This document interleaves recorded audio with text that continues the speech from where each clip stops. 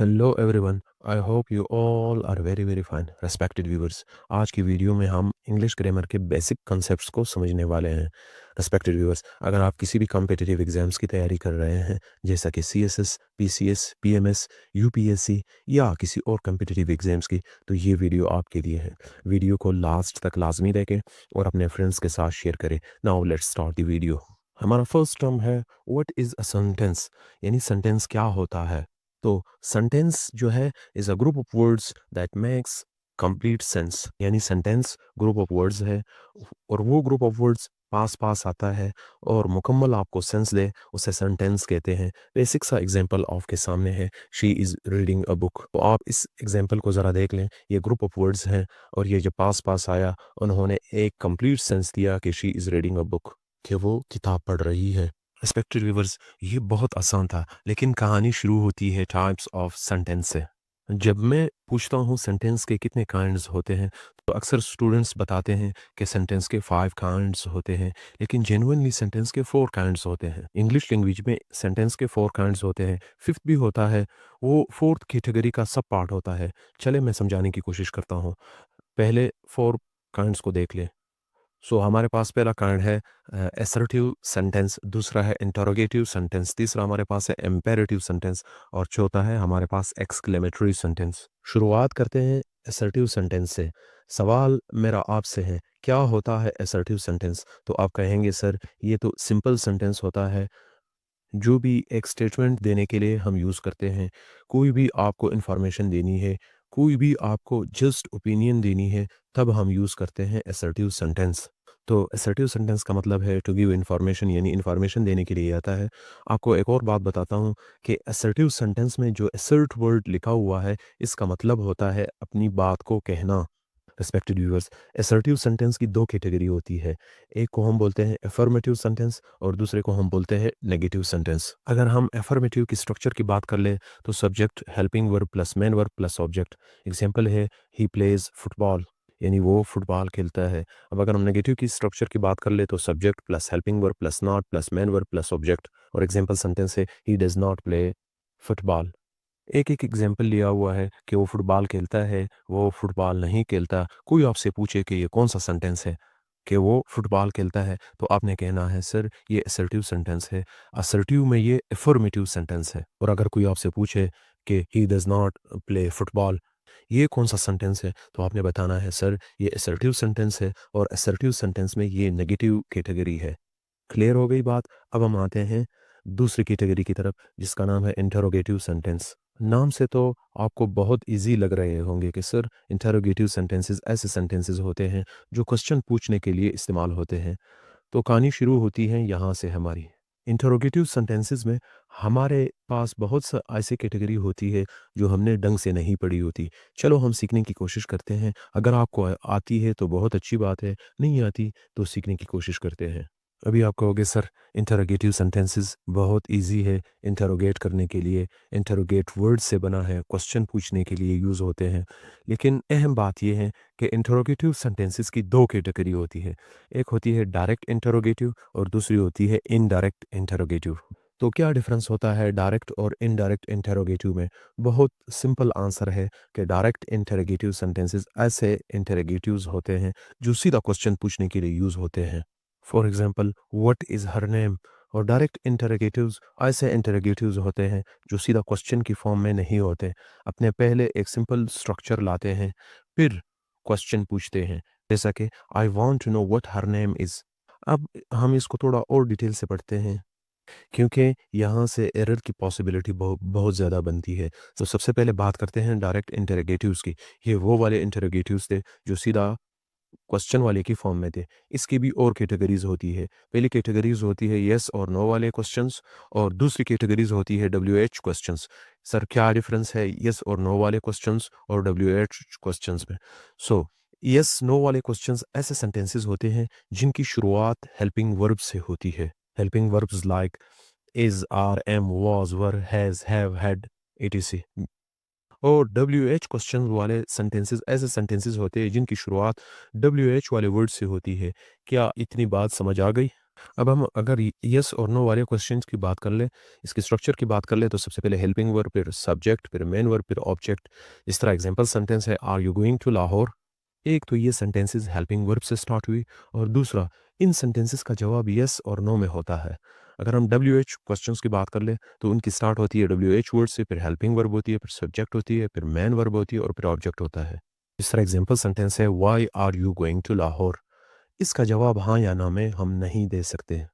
अब यहाँ से एरर कैसे बन सकता है ये जाने, मेरे साथ पढ़िए। अगर कोई यस और नो क्वेश्चंस और डब्ल्यू एच क्वेश्चंस एक साथ आए एक ही सेंटेंस के अंदर, in this case the first sentence will be interrogative form and the second sentence must be assertive form. तो इस केस में पहला जो सेंटेंस होगा वो इंटरोगेटिव में रहेगा, जबकि दूसरा सेंटेंस जो है वो असर्टिव फॉर्म में या सिंपल सेंटेंस में जाएगा। हमारे सामने एक एग्जांपल है, may I know where are you going. अब इस सेंटेंस में यस और नो क्वेश्चंस भी है और डब्ल्यू एच क्वेश्चंस भी। सेंटेंस की शुरुआत में हेल्पिंग मॉडल वर्ब से हो रही है और दरमियान में वेयर भी लगा हुआ है।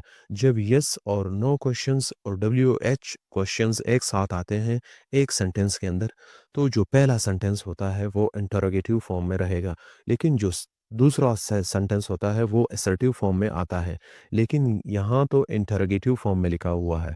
तो करेक्ट सेंटेंस ये हो जाएगा, may I know where you are going. हम अक्सर इसको गलत यूज करते हैं। दूसरी एग्जांपल देखिए जरा, could you tell me why did you not speak the truth. तो सेंटेंस का पहला पार्ट इंटरोगेटिव में रहेगा, लेकिन दूसरा पार्ट चूंकि वाई से शुरू होता है वो असर्टिव फॉर्म में जाएगा। तो सही सेंटेंस ये होगा, could you tell me why you did not speak the truth. Next sentence को देखते हैं, may I know whom do you want to talk. अब इस सेंटेंस में अब इस सेंटेंस को ज़रा देखिए। इस सेंटेंस में भी यस और नो वाला क्वेश्चंस भी है और डब्ल्यू एच वाला भी। तो रूल में हमने पढ़ा था कि पहला पार्ट इंटरोगेटिव में रहेगा और सेंटेंस का दूसरा पार्ट असर्टिव में जाएगा। अब सेंटेंस को करेक्ट करने की कोशिश करते हैं, may I know whom you do want to talk. लेकिन ये सेंटेंस अब भी गलत है, क्यों? तो इसका जवाब ये है कि सिंपल प्रेजेंट के असर्टिव में डू और डज नहीं लगते। तो करेक्ट सेंटेंस ये होगा, may I know whom you want to talk. यहाँ डू को हटाया। पहले वाले सेंटेंसेस में हम डू क्यों लगा रहे थे? पहले वाले सेंटेंसेस में डू और डज इसलिए लगा रहे थे क्योंकि वहाँ नॉट भी लगा हुआ था। तो प्रेजेंट सिंपल के नेगेटिव में डू और डज का इजाफा करते हैं बतौर हेल्पिंग वर्ब के।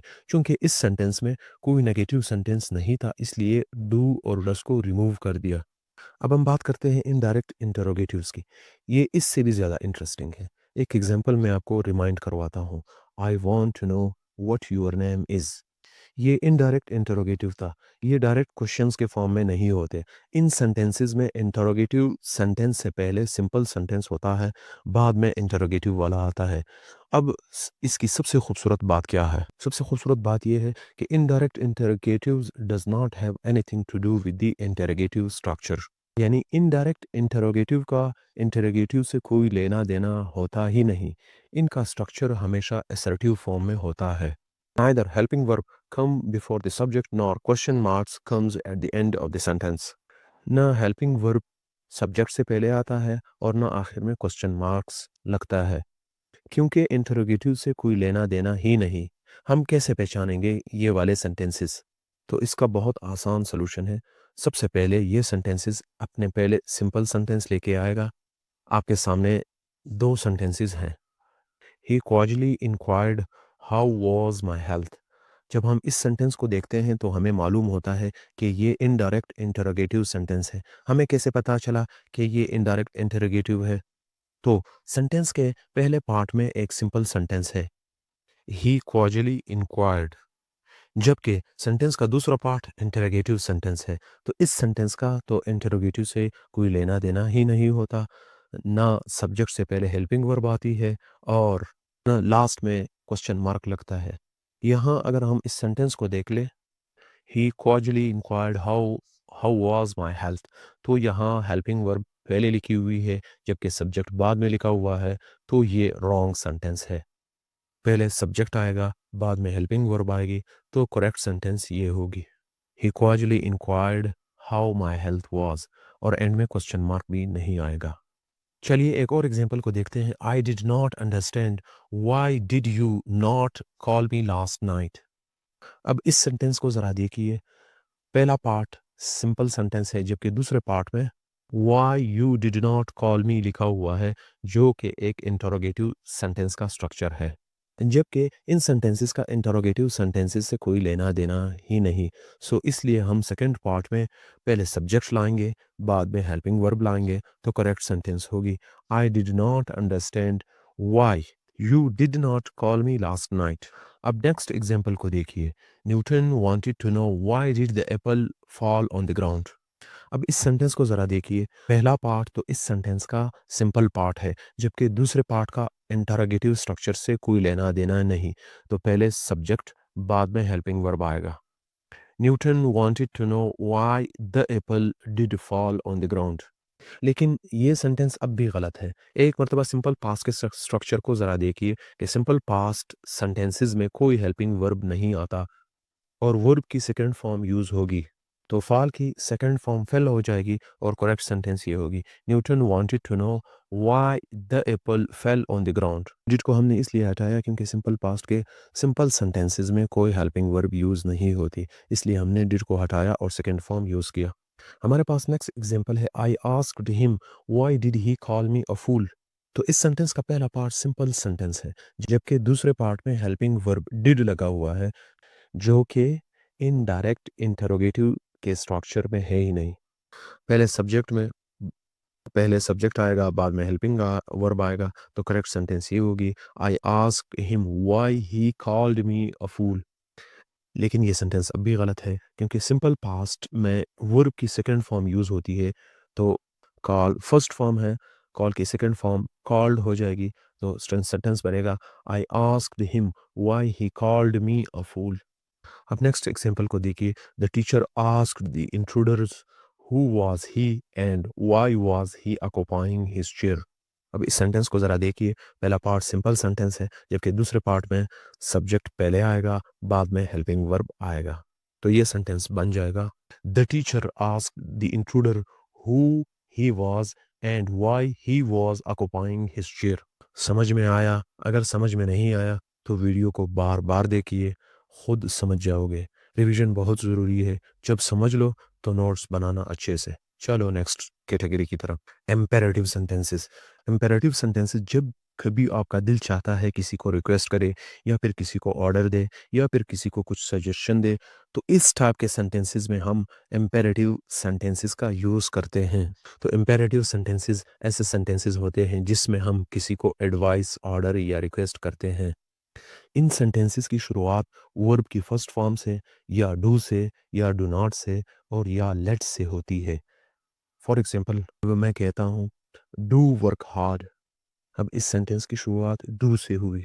नेक्स्ट एग्जांपल देखे लेट मी गो। हमारे पास नेक्स्ट कैटेगरी है एक्सक्लेमेटरी सेंटेंसेस।